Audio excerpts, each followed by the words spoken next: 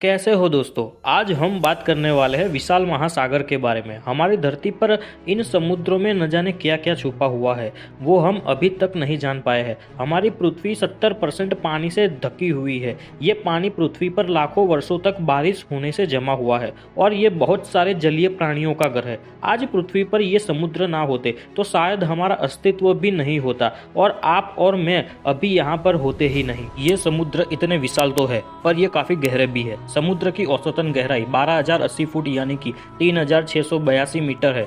वहीं पे समुद्र की सबसे ज्यादा गहराई प्रशांत महासागर के मरियाना ट्रेंच में स्थित चैलेंजर डीप है। उसकी गहराई 35,876 फीट यानी कि 10,935 मीटर है।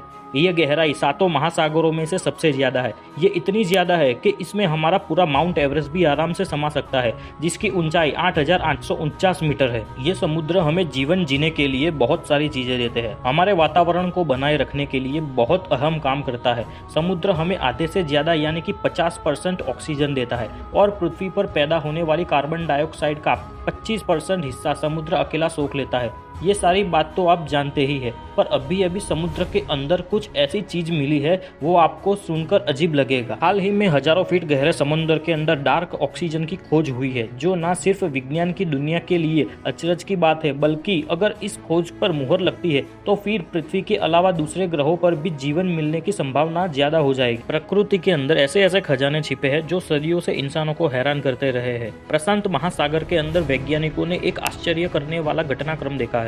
वैज्ञानिकों ने देखा है कि समुद्र के अंदर कुछ धातुओं की चट्टानें बिना रोशनी के गुप्त अंधेरे में ऑक्सीजन का निर्माण कर रही है। वैज्ञानिकों ने इसे डार्क ऑक्सीजन कहा है। ये काफी आश्चर्य की बात इसलिए है क्योंकि अभी तक यही मान्यता रही है कि ऑक्सीजन का निर्माण सिर्फ और सिर्फ प्रकाश संश्लेषण के जरिए सूरज की रोशनी में ही होता है। तो फिर समुद्र के अंदर अंधेरे में ऑक्सीजन का निर्माण कैसे हुआ है? वैज्ञानिकों ने दावा किया है कि हजारों फीट समुद्र के अंदर नीचे पाए जाने वाले आलू के आकार के धातुओं के पिंड समुद्री जल के अणुओं को तोड़ते हैं और फिर ऑक्सीजन का निर्माण करते हैं। 17वीं शताब्दी से ही वैज्ञानिकों ने बताया है कि प्रकाश संश्लेषण के जरिए ही ऑक्सीजन का निर्माण होता है, जो एक महत्वपूर्ण प्राकृतिक प्रक्रिया है जिसकी वजह से पृथ्वी पर जीवन संभव हो पाया है। पौधे, शैवाल और कुछ बैक्टीरिया कार्बन डाइऑक्साइड और पानी को ग्लूकोज और ऑक्सीजन में बदलने के लिए सूर्य के प्रकाश को अवशोषित करते हैं। इसे काफी सरल शब्दों में समझे तो रोशनी का इस्तेमाल हमारी प्रकृति बतौर ईंधन की तरह करती है ताकि हर जीवन को ऑक्सीजन की सप्लाई लगातार बनी रहे।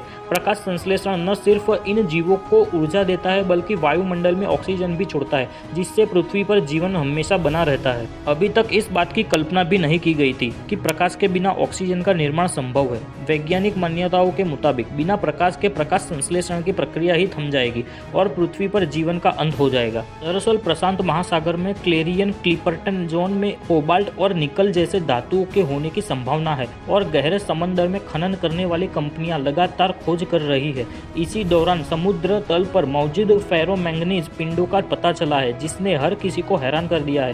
फेरोमैंगनीज नोड्यूल छोटे खजाने की चट्टानों की तरह होते हैं जो एक समुद्र के तल पर बसे होते हैं, जिनमें मैंगनीज और लोहे जैसी धातुएं भरी होती है। ये नोड्यूल लाखों वर्षों में धीरे धीरे बनते हैं क्योंकि समुद्री जल से जिन खनिजों का निर्माण होता है वो एक छोटे से कोर को चारों ओर परतों में बनते हैं, जैसे कि शार्क का दांत या खोल का टुकड़ा। इन्हें पानी के नीचे मौजूद प्याज की तरह समझे, जिसमें कई परत होती है और हर परत के अंदर खनिज छिपा होता है और ये मिलकर एक गोलाकार पिंड बनाते हैं। रिसर्चर्स का मानना है कि ये नोड्यूल विद्युतीय आवेश को उत्पन्न कर सकते हैं जो इलेक्ट्रोलिसिस का बढ़ावा देते हैं, जिससे ऑक्सीजन और हाइड्रोजन उत्पन्न होते हैं। गहरे समंदर में ऑक्सीजन मिलने की इस घटना ने वैज्ञानिकों को हैरान कर दिया है और इसने समंदर के अंदर संभावित जीवन को लेकर कई तरह से सवाल उठाकर दिए हैं। Scottish association for marine science के प्रोफेसर एंड्रयू स्वीटमैन ने 3 सालों का एक प्रोजेक्ट शुरू किया है जिसमें जांच की जाएगी कि आखिर रोशनी की गैर मौजूदगी में ये नोड्यूल ऑक्सीजन कैसे बना सकते हैं। कैलिफोर्निया के सांता क्रूज में यूएस जियोलॉजिकल सर्वे के Pacific coastal and marine science centre के एक शोध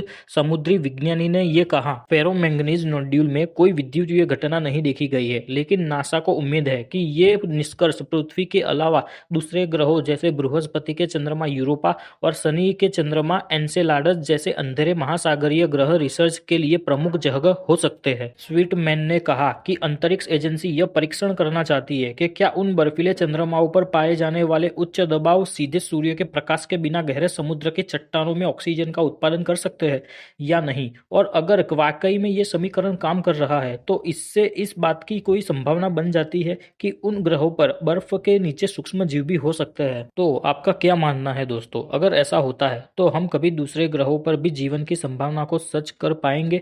आपका जवाब हमें जरूर से कमेंट करना। इसके साथ ही मैं आपसे विदा लेना चाहूंगा और मिलता हूँ अगले वीडियो में। जय हिंद, जय भारत।